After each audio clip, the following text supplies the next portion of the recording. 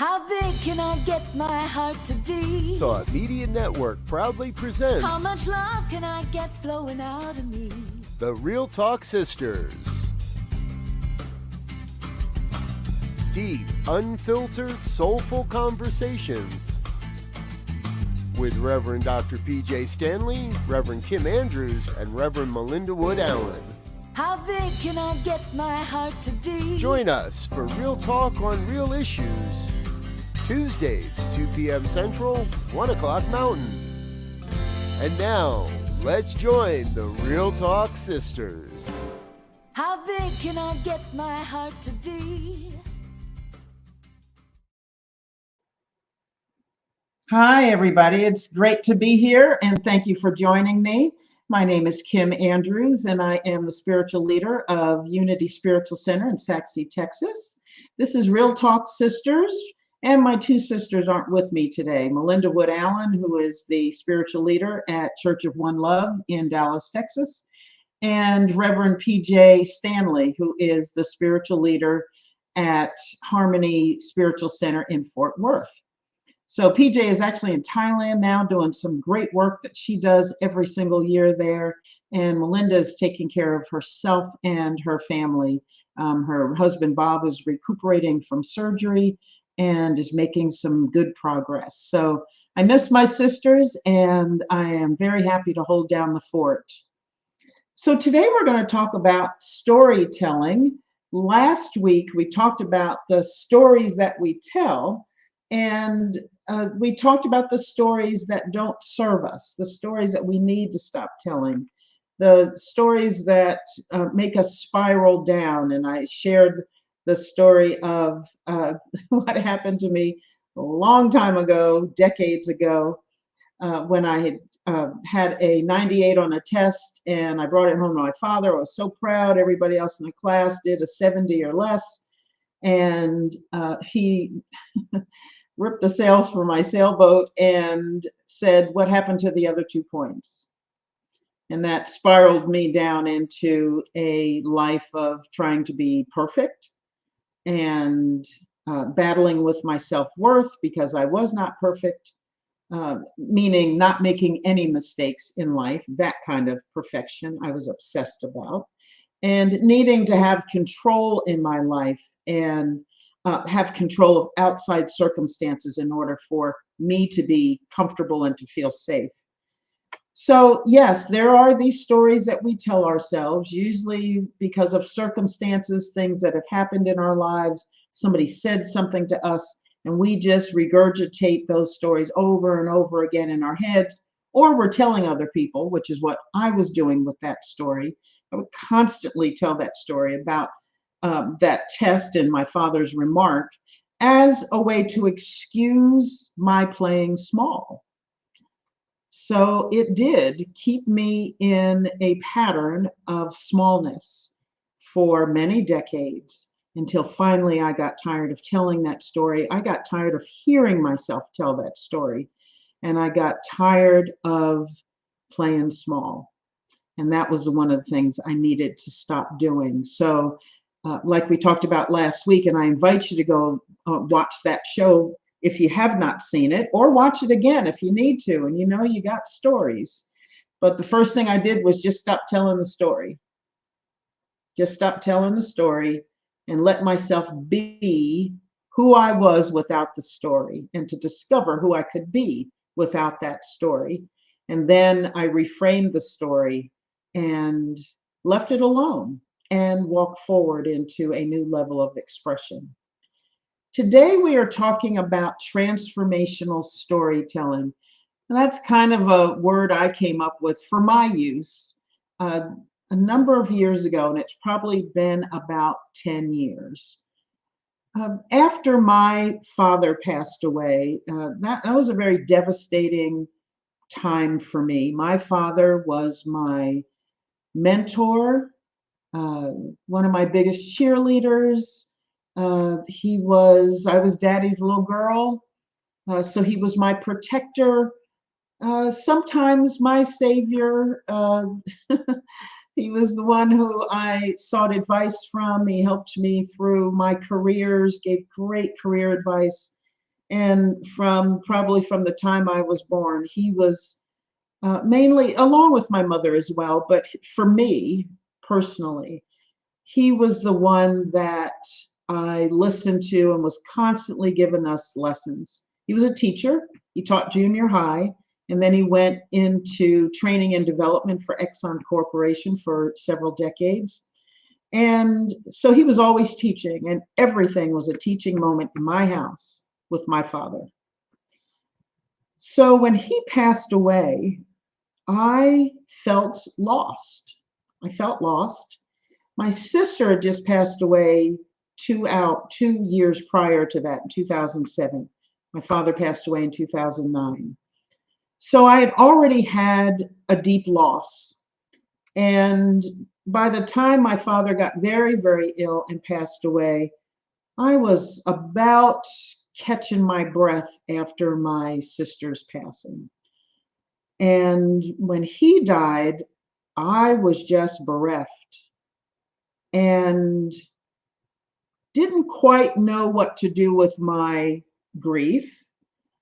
I really struggled with my grief from my sister's passing. And this just sat on top of that grief. So there is something called compound grief, when you have loss after loss after loss, and the loss becomes greater than the sum of its parts and feels even heavier, and it becomes complicated, especially if you haven't dealt with the earlier losses. And at that time, I really was still processing my sister's loss, and some other things were happening in my life at that time.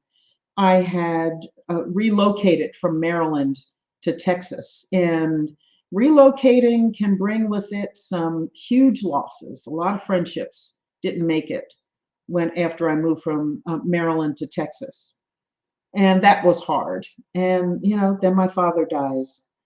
But I met someone who was in a group, kind of a business support group at the time, called Up to Something. And he knew that I'd written a book of stories, and it was an anthology of women's stories. And the story that I told was the one about my father passing away.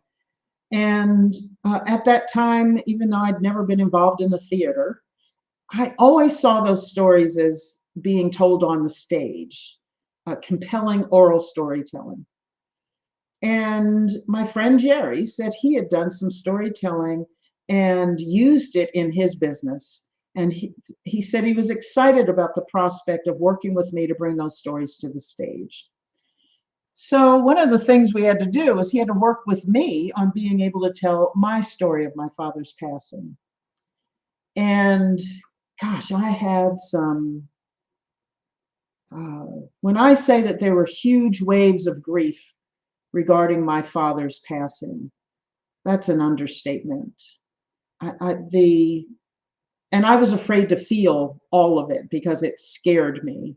And I had never known how to deal with deep grief before, and just huge waves of sadness, really dark, dark sadness. And like I said, I was just coming out of the sadness dealing with my sister's passing, and this just pushed me back more than sometimes we take 2 steps forward, 5 steps forward, and then you take 6 steps back, 10 steps back. This is like 100 steps back for me. So Jerry worked with me. He read the story that I wrote, and he zeroed in on a very special moment in that story, in which I was spending time with my father a few days before he died. And he helped me turn that into a compelling oral story. So then it was time for me to practice. And I could barely relate the story of my father's passing and how that came about in my last few days with him without really getting into the ugly cry, as Oprah used to call it, and just not being able to handle that and not being able to function because the depth of sadness was so dark. So one day I went to Jerry's house, and he had me start to tell that story. And yes, it started to take me under emotionally, and I just wept and couldn't speak, and I could barely breathe. And he just sat there with me, cried with me, allowed me to tell that story, gave me space to tell it, gave me space to have all of my emotion. I mean, there was just raw, naked, dark, ugly crying. Uh, and I did it for a number of hours with him. And we went out for walks so I could take a breath and start to feel good again. My chest was tight and my body was hurting because of all the trauma that from my father's death I was holding inside of me physically and and emotionally and mentally. And he walked me through that process. And by the end of that afternoon, I was able to stand in my power and tell the story of my father's passing, and to find a strength within myself that has empowered me like very few other things have in my life. And I eventually told that story on the stage, and it changed people's lives. In the telling of that story, people were able to see their own loved ones that had passed away or that they had been caregivers for, and to process their own grief in an event with me, in my storytelling. There was not a dry eye in the house during that storytelling, but people told stories to me about witnessing my story and having a feeling of freedom afterwards, that I gave them permission to actually grieve and to be in their sadness. I let them know that it is safe to be in our sadness because it is just energy moving through us. I gave them permission to feel and to grieve, which empowered them. And that was life changing for me. And that just set me on a journey then that uh, led to others telling stories. The very next year, I did a storytelling event. I was one of 4 women who told stories of pivotal events in their lives and the wisdom that they gained. And that's how I define transformational storytelling. It's the compelling narration of a painful event in one's life with the purpose of healing and empowering both the storyteller and the listener.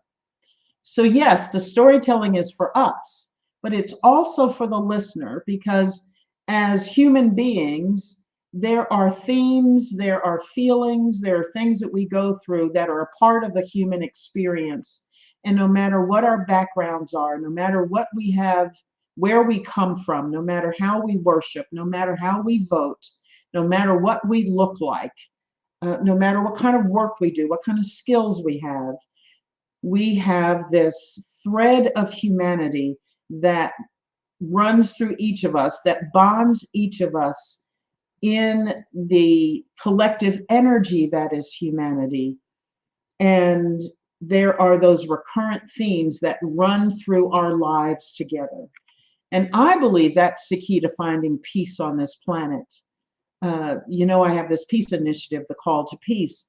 And I think once we find our commonalities with each other, because I do believe that we have far more that's in common with each other than we do that differentiates us.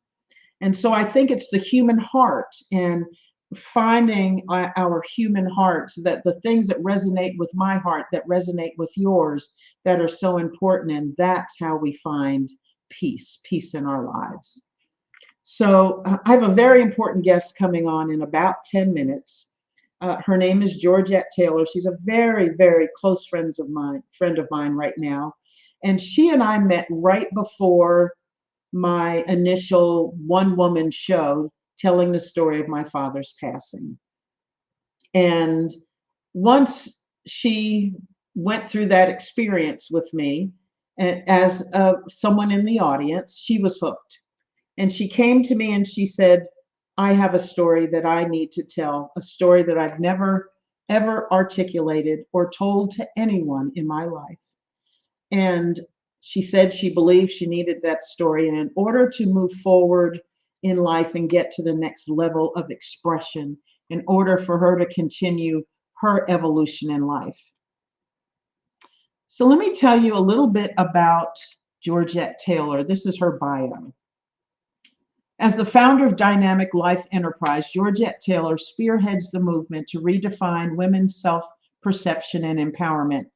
With a notable background as the former co-founder of the Big Beautiful Dolls, a groundbreaking line of plus-size fashion dolls introduced over 20 years ago, Georgette has been a steadfast advocate for inclusivity and self-love.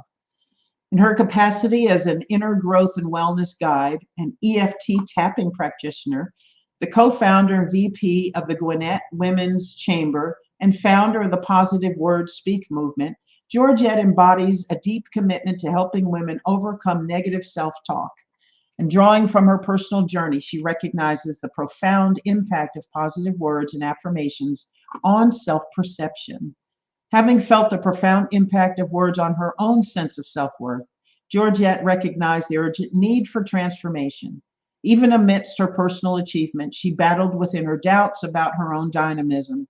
So many people suffer from that.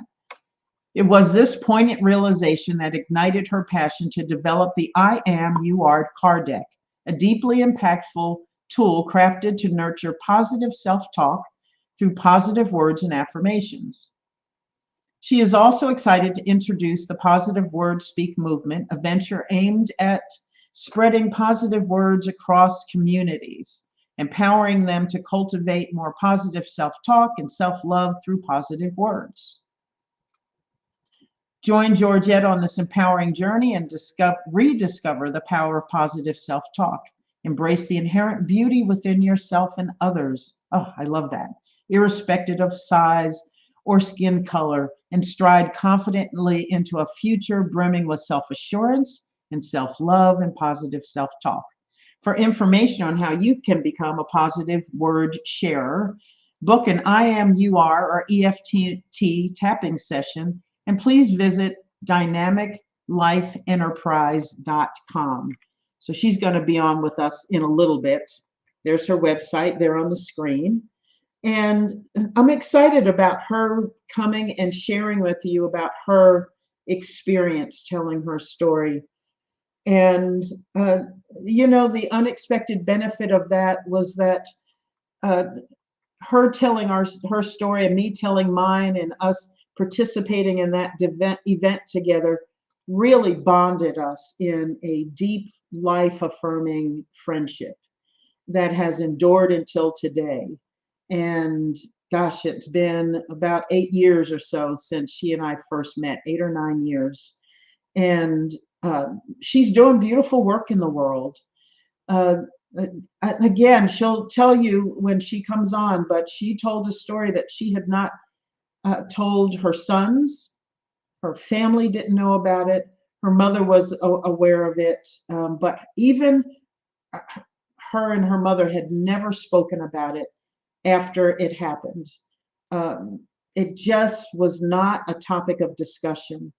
And her mother, bless her, and many people like her, because I know my parents were the same, they thought if we don't talk about it, then we won't suffer. And if we just let it sit, everything will be okay, because then we won't have to suffer that pain.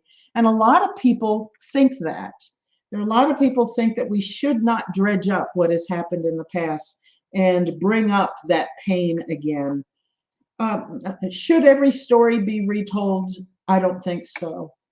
But I do believe that our souls will let us know if and when a particular story needs to be told.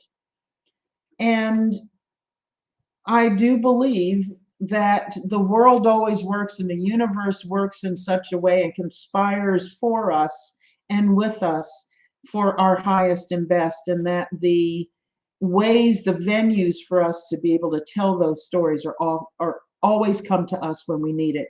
Certainly Jerry showed up in my life when I needed to tell the story of my father's passing, and then I showed up in Georgette's life and Linda's life and Tressa's life when we got there and did that group event.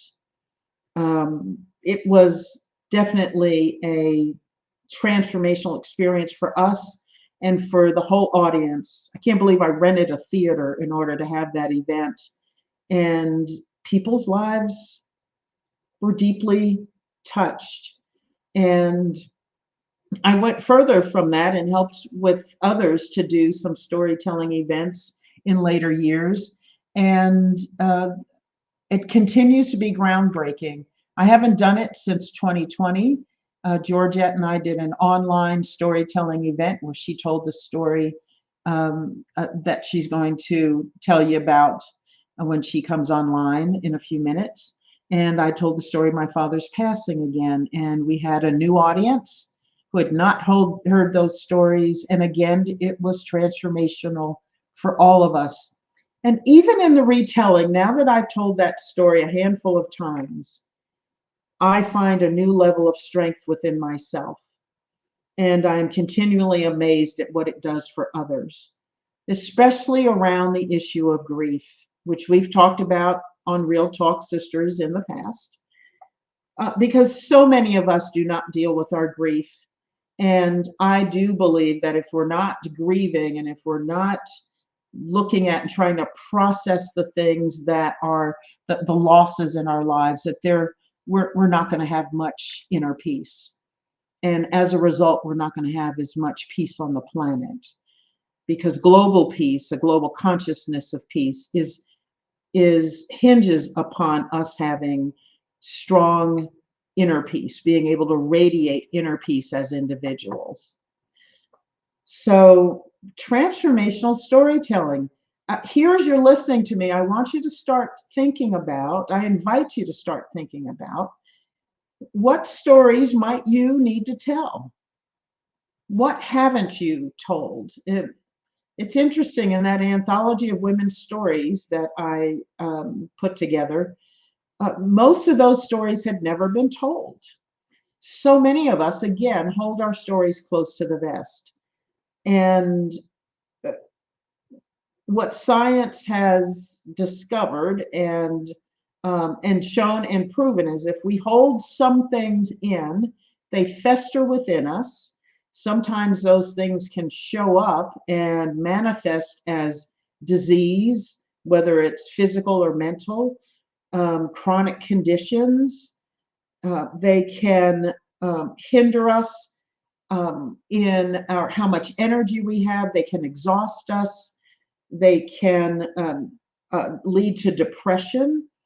And we need to heal those things. So no, every story doesn't need to be told.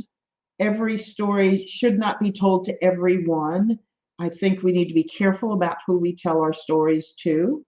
And we need to be careful about when we let those stories out and the way in which we tell them. They should always be told from a place of strength and under the guidance of those who can shepherd us forward with love and be able to hold the space with us and for us in the telling of those stories, so that we are always safe in the telling. So let's take a break, then we'll come back and I'll talk a little bit more about transformational storytelling, and then Georgette Taylor will be with us shortly. Thank you very much.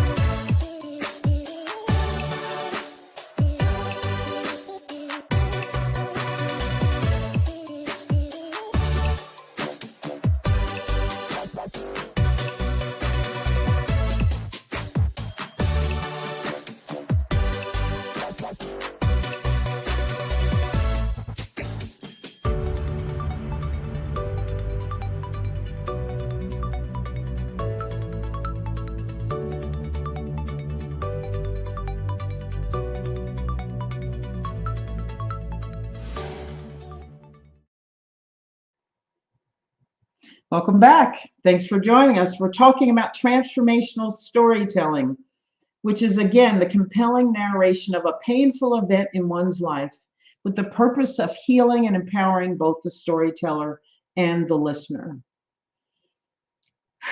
So in some of the stories I've told, the second story that I told was about a relationship that I had many years ago. I was in love with a gentleman who called himself a breast connoisseur. And while we were together, he prided himself on being able to admire women. He always did, very publicly, in front of me. It was very embarrassing to me. I wasn't in that relationship. I compromised myself quite a bit and didn't feel strong enough to tell him that is not something that I found acceptable in the relationship. I am not endowed as many women are, with large breasts. And so I felt my self-esteem was low because of that, especially in that relationship. And I had not been in a place of self-acceptance there. And I struggled with that. And he and I had something happen while we were on vacation one time, and he always liked me to dress provocatively. And of course, my relationship with him was about pleasing him and not coming from a place of strength within myself. And we were out one night, and people were just admiring the men, the cat calls. Men were talking about me, and within earshot of me, I was humiliated. And I thought, how could he be enjoying this? He was so proud of all that. And I told him, you know what, you got to take me back to the hotel because I'm changing. I can't do this anymore. And I am humiliated. And these men are denigrating me. And you're enjoying it. And that makes me sad. And we got to stop this. And so reluctantly, he took me back to the hotel. And that relationship changed. I eventually left him. His favorite movie was Pretty Woman. And if you know that story, it's about a woman who's a prostitute. And she's kind of glorified in that movie. And she ends up falling in love with one of her Johns, who's played by Richard Gere. And that was his favorite movie, which should have told me quite a bit about him. But at some point, I found my power and I left him, and I shared that story. And it was necessary for me to share that. Even though I had not been with him in decades, at the time I told that story, I still was carrying shame about that period in my life and that relationship. And I needed to tell that story in a way to empower myself and to declare my self-worth to myself. And there were women in that audience who needed to hear that story and to know that they are not their bodies and that we can love ourselves fully for who we are. And we can be in relationships with people who fully accept us. And if they are not willing to fully accept us exactly as we are, that we can say no to that relationship, and probably should say no to that relationship. So that telling that story really was a time when I came into full bloom as a woman, in accepting myself fully on a very, very deep level. So I had good relationships at the time, but I had a much better relationship with myself at that time. My self-esteem was deeper. My self-esteem was, my self-worth was based on something other than who I was physically and how I saw myself physically and how I might or others might judge me physically. And I think that's important. At least was important for me. So again, I invite you to check in with yourself. What are your stories? And what might you need to tell? What are some of the things that wake you up in the middle of the night? Things that you hold shame about? Things that are so painful that they are unspeakable. And I think it's important to speak the unspeakable, to tell it to someone that we trust. And it may not be the people that you think should hear those things. It may not be the people that you spend the most time with. It may not be the friends that you've known the longest. The people that I share my heart with, my deepest pain, actually are Melinda and Pjae, who are truly my sisters. And I know that they hold space for me and love me unconditionally. And I know they can also hear my stories without trying to fix me. And I know they do their own personal work, deep personal work, mentally, emotionally, and spiritually.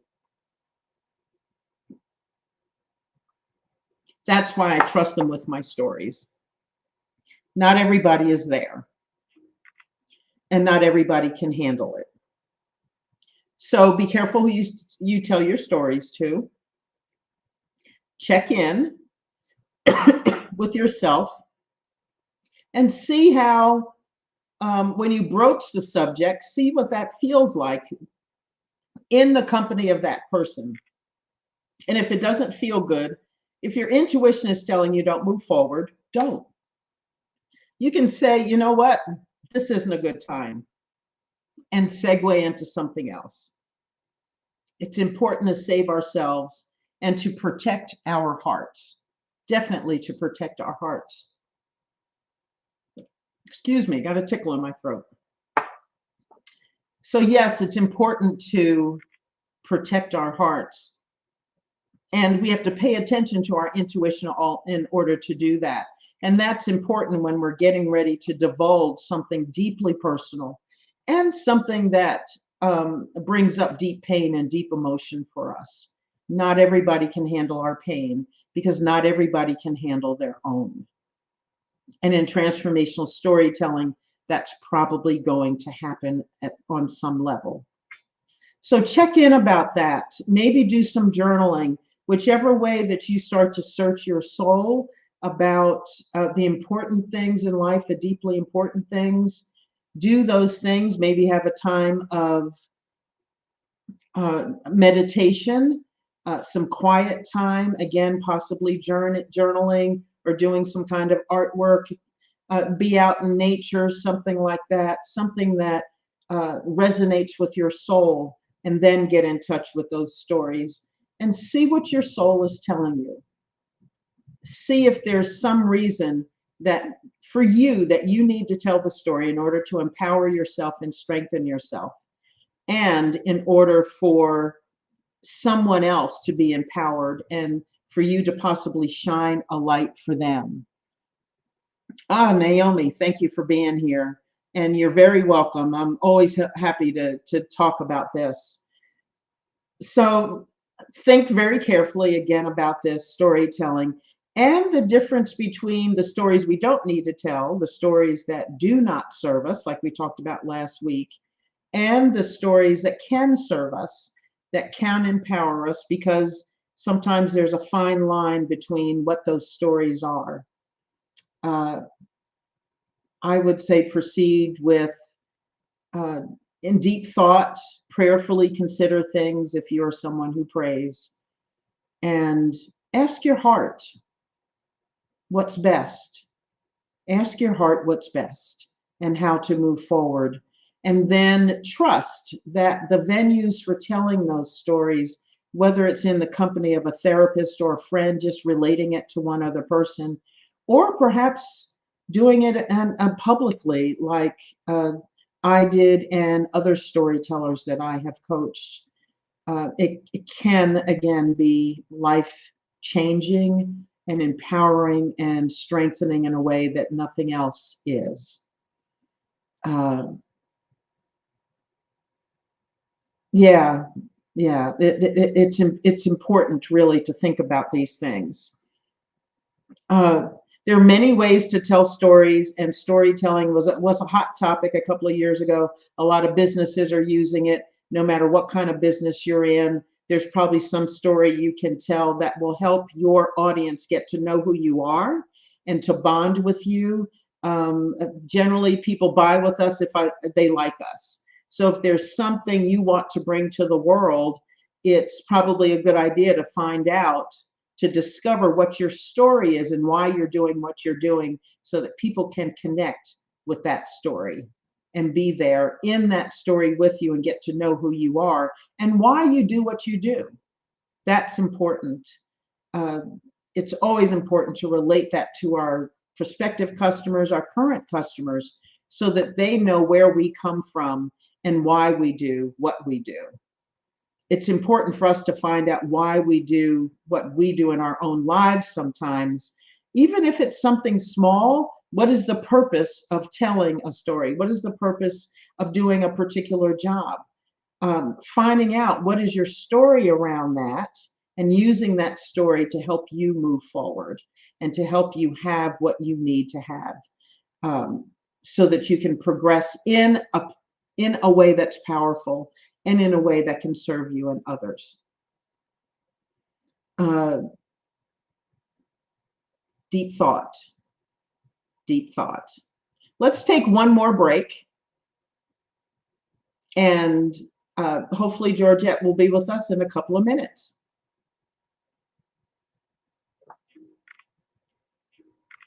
Please help us say thank you to our organizational sponsors, including the Hefferland Foundation, Affiliated New Thought Network, International New Thought Alliance, Science of Mind Archives and Library Foundation, Center for Spiritual Living Denver, Center for Spiritual Living Midtown, New Thought Philadelphia, Planned Happiness Institute, Summit Center for Spiritual Living, One Heart Retreats, Center for Spiritual Living on the Lake, Unity Kitchener, Unity Spiritual Center Ottawa, Om Center for Spiritual Living, Satya Center, Begin Within Ministries, Center for Spiritual Living North Jersey, Unity of Savannah, and the Center for Spiritual Living Seattle,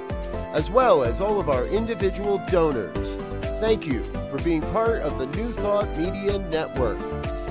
Please like, share, and subscribe. New Thought Media Network, positively inspiring.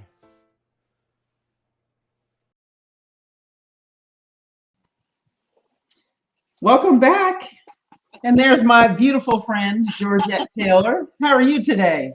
I'm good. How are you? Can you hear me? I can hear you. Yes, and I can Good. see your beautiful face. It's been a little bit since I've seen you. I know. I love being here. Wherever you ask me to be, I love being there. So good. Likewise. Yeah, whenever you need me, you know you can come get me. So thank you for taking a break. I know you've just walked out of work and have taken time. You're sitting in your car. So It's okay. you know I love you, but I love you even more because you go above and beyond for me so often. Thank you. Oh, you're welcome, sweetie. So I'm here with our Real Talk Sisters audience talking about transformational storytelling. I read them, your wonderful bio and all the good work you're doing in the world. And I didn't tell them what your story was because I would like you to share that. So why don't you tell us a little bit about that first, and then we'll talk about that experience. Oh, okay. You know, it brings back memories every time we talk about the storytelling. So my story was a story that I shared on the stage, and it was about me when I just turned 16 years old. I was 8 months pregnant, and I had a stillbirth at 8 months, and it was very traumatic for me. I didn't know it was as traumatic as it was. Like, you know, I was just turning 16. Just kind of learning about the birds and the bees in a way, you know. Back then, nobody really shared all that information with you. And so I don't think I really realized how traumatic it was for me going through that process by myself and not bringing home a baby at the end of that. Again, I was 8 months pregnant, and that just wasn't something that I was expecting, and nobody ever shared anything about something like that that could go wrong. So that basically was my story. And you said to me, and I remember the day you and I were together at your house, and you first told me that story, and you told Mhm. me that you know when your mother came and took you home, that you Yes, never spoke about that with each other. right.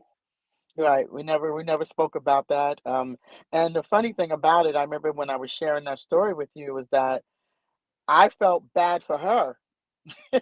I just I felt bad for her because I think, I know at 16, she wasn't expecting that to happen for me, but she was always very loving in that sense, like Yeah, this happened, I'm gonna take care of you, and she was excited to be a grandmother. So when it happened, I really realized that I was more sad for her than I was for myself. And I don't know if it was because I thought, well, I was young, I could still have a child, but it was just interesting. I never took care of myself in any of that situation. And yes, and so when I got home, nobody ever talked about it. Nobody said, "Hey, what happened?" Nobody said, "Oh, I'm sorry to hear that it happened." It was just like I left and I came home, and I had to just I had to start a life again. mhm. It was very interesting. And even when you talked to me that day, I remember sharing with you that when I shared a story, it was always very matter of fact, like, oh, well, I had a stillbirth, and I was 16, and never really engaged with what was happening with me, or just never even felt the need to even expand on that story at all until I met you Yeah. and saw you do your own story. Yeah, and I remember the disconnect because as you were telling me that, I remember that yes, you were relating it very matter of factly, and I'm thinking, how could she be so aloof Yes, from the yes. story? But you had to be for for what? How many years? Oh, I was 16. I'm 60 now. So I'm trying to Yeah, think. When so we it was did a the good story, 40 some years. yeah, when we did the story, I think it was about what, 6, 7, no, It was about 20 8, yeah, about 8 years ago, maybe 9 years, something like that. 27 2017. Yeah, yeah. So I was in my 50s then, right? Yeah, I was in my 50s. So that long, not Yeah, being able to talk to anybody about it, or even anybody asked me what did I feel like? Nobody ever asked me that. Nobody yeah. said to me, "Well, what did you feel like when you were going through that?" And I do remember I have a cousin who was probably about 6 years, 6, 7 years old, younger than me, and I remember her telling her about me doing the transformational storytelling, and she said to me, I was so afraid to ask you the question because she didn't know if it was going to trigger anything. She didn't know how I was going to respond. Plus, she was really young when it happened. And she was saying to me, I was wondering what happened. So you didn't bring home a baby and nobody talked about it. She even knew that nobody talked about it. But she was so afraid to ask me because she didn't know how I was going to respond, and she didn't know how it would trigger anything. She was just very scared. So nobody ever said anything, which was sad. Yeah. Yeah, and I remember that moment when and I thank you again for trusting me in that moment. And I saw you connect with your emotion for a Oh, second, and God. then you kind of stuffed it back, and I asked you to stop and just let yourself feel. Yeah, that was a And hard all day that for me. sadness started to just roll out. I mean, it really rolled out, but it was 40 some years of sadness. Yeah, yeah. Yeah, It was just yeah, very oof. That was a I remember you sitting on my couch, holding me. I do remember that distinctively, because me that was too. really the first time that I even had an opportunity to express anything that I was feeling. And what I loved about what you do when you were in the process of doing the transformational storytelling with people was that you just allowed us to be who we were. You just allowed us to feel what we needed to feel, and that was the first time that has ever happened to me. So I was very emotional. And then, of course, I was even more emotional when I had to do the actual storytelling, but that's a whole nother process. Yeah, being on stage in front of an audience, right? Oh boy. Oh boy. Yeah. Yeah, Yes. but you did it so beautifully, and um, I mean, you were still emotional, Yes. and but it was just beautiful watching you on stage and watching you in your emotion. Here you were standing on your 2 feet talking about something that you had probably only related a few times. So in practice Yes. with me and with Jerry and the other Mhm. with Linda and Tressa, remember? Right. Yep. I And remember. and then here you are on stage. It was, yes, like you said, it was enough that you were here, you were in front of an audience doing public speaking, but doing public speaking about something so personal. Yes. Yes. Yeah. Yes. It was definitely personal. It was, it really changed my life, it really did. Because I look back on it, and there's times when I'm really scared to move forward, like anybody. Mhm. Um, I do have a business that helps people do that, but that doesn't mean that I am, immune to that. I still have my own Right. challenges, but that's one thing that I can always think about and remember, like, you know what, you stood on stage and you shared this story, and yes, you were emotional, but you were in control of that. And you also allowed that to happen for yourself and share things with other people. And I think that gets me through so many other things that I find myself challenged in doing. So I really appreciate that.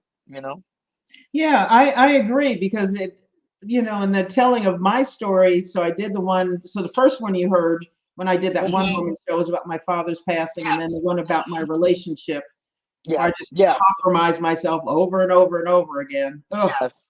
Yes. And but I was able to dig down and get a strength that I didn't know I had, Hmm. and it empowered me, and let me know that there's always more, that it doesn't Yes. matter how many times I've been knocked down, that I can get back up, Yeah. and Yeah. not only get back up but shine a light for those who may also be knocked down. Yes, yes, and man, Yeah. I really want to say something about that, because yes, it was important for me to do it, but there were times during that process that I felt I couldn't do it. Like I just could not say that line one more time. I just could not go Mhm. through the emotions that telling that story put me through. But I always believed, and what really got me through that too was knowing that somebody else would hear that, knowing that it wasn't for me, that it was for Mhm. somebody else. And I think that was really the catalyst for me.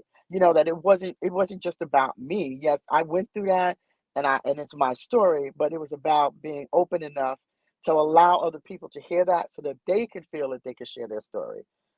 That's Yeah. what was just more, it's making me, wow, it's making me really emotional right now, because I just think that doing this is important because of that.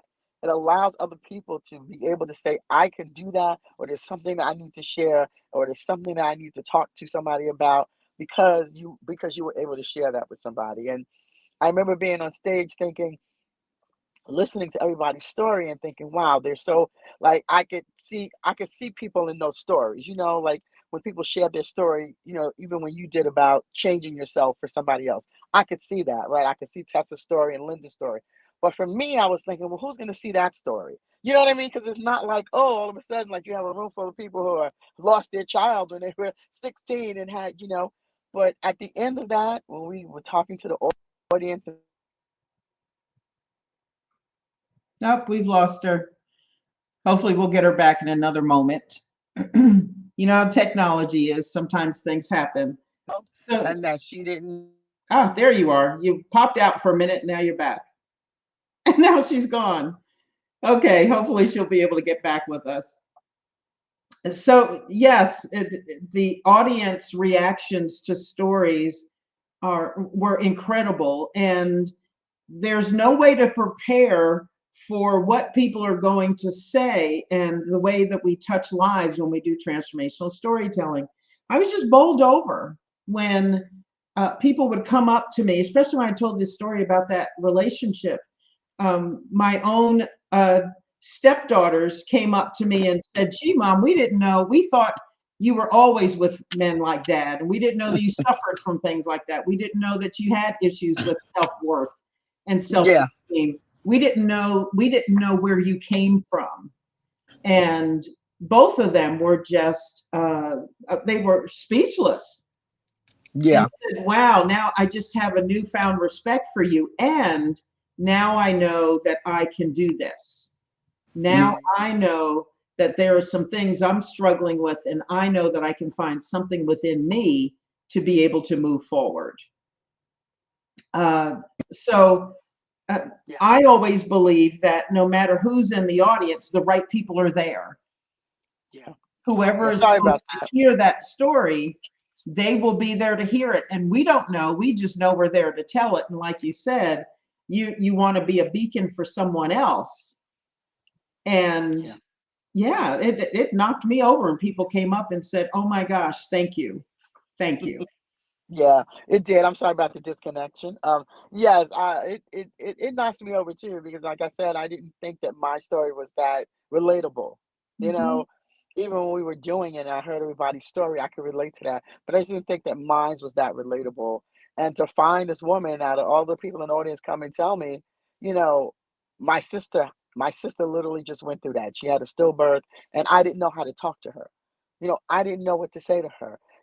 But hearing your story, I have somebody that I could connect with to say, hey, I heard this story from this young lady, and now I could introduce you know what I mean? I could go and talk to her about that because she said she had no way of even introducing, that information or sharing that, or asking her questions, but she could relate now my story to her sister and then open up a conversation. And I Yeah. just thought it was just like, so I was like, wow, I just never, you know, I just know now it's important to just do, the things that you're most scared of because there's somebody out there waiting, right? To receive it from you and only you. So, and there was another poignant moment, because both of my sons were in the audience, which my oldest son, he had heard that story before. He had heard glimpses of the story, just like you were saying, right? The people came up to you and was like, I didn't know that that was you. I didn't know that you, did that or, Yeah. wasn't afraid or was afraid, whatever the story, whatever the case was. But my son literally stood up in the audience. He was like, I heard about it, but I never really heard about it. And I didn't know that you went through that. And then he asked this question, which I literally think everybody was almost in tears when he asked it. He said, after all of that, what gave you the courage to have me? Because he was the next child that I had.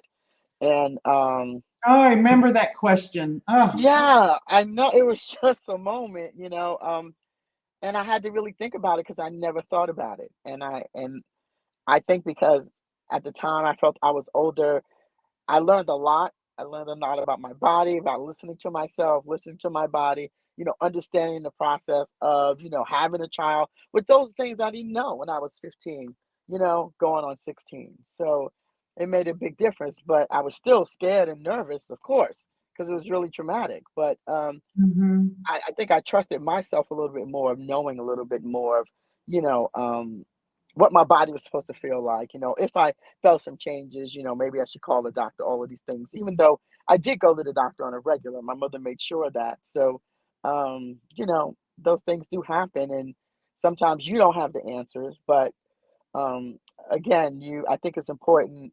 You're talking about storytelling. It's important to tell your story, and it's important to have a space that you can share whatever it is that you've gone through in life because it really does follow you the rest of your life. Yeah. I remember after I was sexually assaulted as a young woman, I was in my 20s. And I remember calling home, and my mother came to get me Mm. and brought me home to New Jersey. I was in school and living in Maryland at the time. And she never asked me anything about it. Mm. She Wow. knew because I told her, and that's why she came to get me. But then she Right. didn't broach the subject. And what I learned later was that she had never dealt with her sexual assault when Mhm. she was a young woman. So she didn't know how to approach me. She didn't have Yeah. emotional wherewithal to do that. Yeah. And and that's why I love this storytelling because I think we do have to break the silence. I think it's important to speak the unspeakable. And, Yes. I grew up in a family that didn't talk. Didn't matter what it was. Just keep moving, pick yourself up by your bootstraps, go do something. You'll be all right. It'll go Yeah. away. Well, it doesn't go away. It doesn't. Mm. It doesn't. It doesn't go away. It just doesn't go away. You know, and it really, I think sometimes when you look back in your life and you realize, you think to yourself, well, gosh, why am I struggling? Why am I this? Why am I that? Like all of those things that happen to you that are tragic permeates the rest of your life if you don't figure out a way, you know what I mean, to process all of that. Mhm. It's still there, It's very still much still there, there. and Yeah. it's just lurking within. Hmm. Yeah. And I think it comes out. I was talking earlier before you came on. It can show up as disease. It can show up as depression, sadness. Sometimes Yeah. people start drinking because they need to self-medicate, or you're Hmm. into porn or shopping or whatever. I had a Right. time where I was, shop till I drop, because I was trying to fill a void, Yes. and Yeah. there's So no filling the void with something outside of yourself. yeah. And so that's why it's important to release those stories. We got about 4 minutes left. So what are some final thoughts you have about this experience in transformational storytelling? Wow. Okay. So my final thoughts are they should just do it. No, that's my final thoughts. Yeah, Find people who like Kim, who are there to support, the process of that, and I can't, I think for me in that sense, like I didn't think I was going to do it. It wasn't something that I was thinking about, oh, I'm going to tell my story. When I saw Kim tell her story, there was just something in my heart. There was just something in my heart that said, I have to do this story. Like I have a story and I have to get it out. And if you ever have that feeling, then I think you really need to find people, you know what I mean, who can support you in that. Because I think that is the most important thing, is to find those people that you feel secure in and that you feel comforted by.